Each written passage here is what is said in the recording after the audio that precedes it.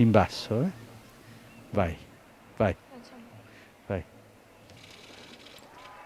This was one of the Pope's first gestures for peace in Ukraine. It happened in February of 2014.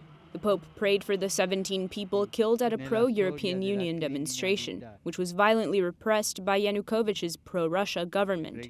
Sono vicino con la preghiera all'Ucraina, in particolare a quanti hanno perso la vita in questi giorni e alle loro famiglie.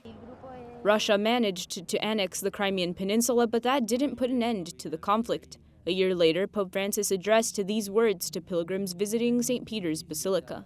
Fratelli e sorelle, so che tra le tante altre intenzioni che portate alle tombe degli apostoli c'è la richiesta della pace in Ucraina.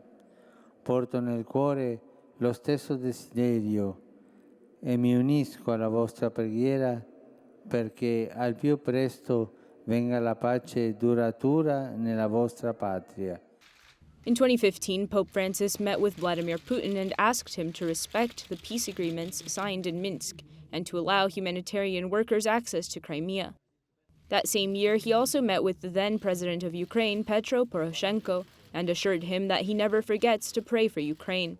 Pope Francis wanted to travel to Ukraine, but because the situation was too complicated, he instead visited the Ukrainian Catholic community in Rome. Sono qui per dirvi che vi sono vicino.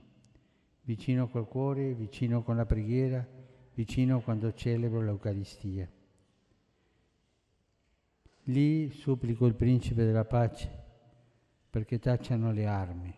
The conflict has escalated once more. Pope Francis began sounding the alarm months before all-out war broke out. Desidero assicurare la mia preghiera per la cara Ucraina, per tutte le sue chiese e comunità religiose e per tutto il suo popolo, perché le tensioni ad essa siano risolte attraverso un serio dialogo internazionale e non con le armi. At various general audiences and Angelus gatherings in 2022, the Pope prayed for Ukraine. In February, he expressed his deep pain and concern over the worsening situation and the development of increasingly alarming events. Vorrei appellarmi a quanti hanno responsabilità politiche perché facciano un serio esame di coscienza davanti a Dio, che è Dio della pace e non della guerra. The Pope also called for a day of fasting and prayer for the country.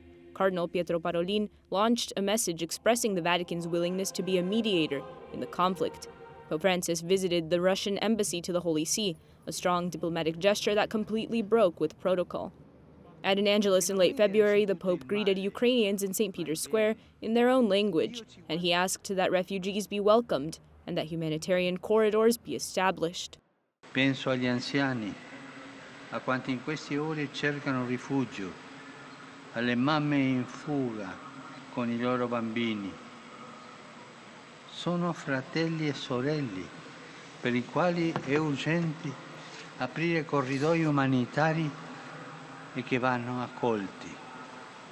Pope Francis's most recent gesture was to send 2 cardinals to Ukraine.